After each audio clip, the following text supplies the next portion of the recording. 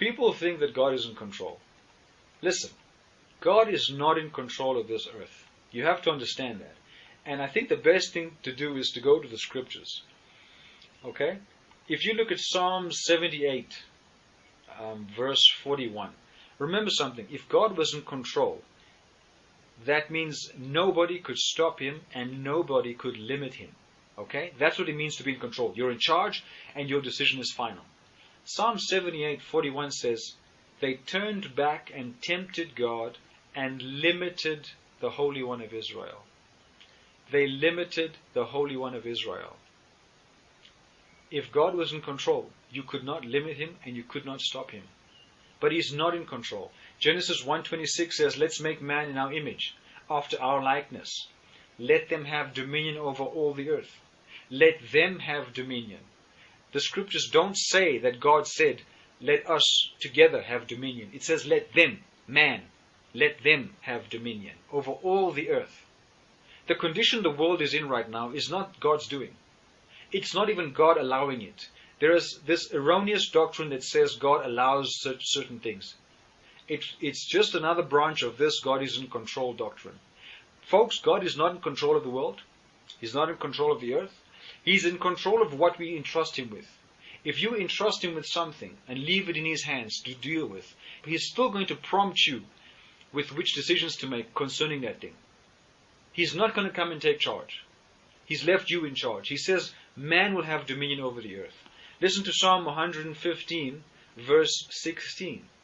The heaven, even the heavens are the Lord's, but the earth he has given to the children of men. The earth he has given to the children of men. Man is in charge on this earth, not God. But what a lot of men don't understand, what a lot of people don't understand is there are two types of children on the earth. There are the children of Satan and there are the children of God. Some of the children of God are acting like the children of Satan right now, but that's beside the point. All I want to illustrate and bring to you as an idea from the scriptures, if you are a disciple and a follower of Jesus, the scriptures are your basis for operations. The scriptures are your basis for truth. In other words, there's no other truth if it contradicts this truth. And God said, man has dominion. The earth have I given to you. Man is able to limit God by not staying in step with him. That means man's in charge. That means man's in charge. That's why when it comes to voting time, people wonder, we voted for such and such and God is doing nothing. Hold on for a second. You cannot vote for such and such who are perpetuating murder on one end and expect God to help you when you've made that decision.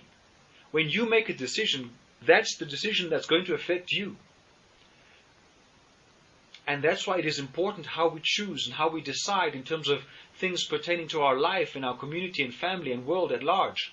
We're playing games with things we don't understand because it's not been taught to us the degree of responsibility we have as people on this earth. We are in charge for what happens, not just to our own lives by the decisions we make, but our families, our communities, our nation, our world. We are the determining factor on this earth. And the only way God gets to move on this earth is by us making decisions in line with who He is, in line with His integrity, His opinion, His reality. When we do that, we will see God results. But if we ignore Him, and we do not employ the avenues of prayer and faith and confession and fasting and the avenues He's given us to have a better experience with Him so we can tap into His truth, into His solutions for situations, into His ways and methodologies for deliverance, if we do not harmonize with Him through the avenues given to us in Scripture, how do we hold Him responsible and blame Him?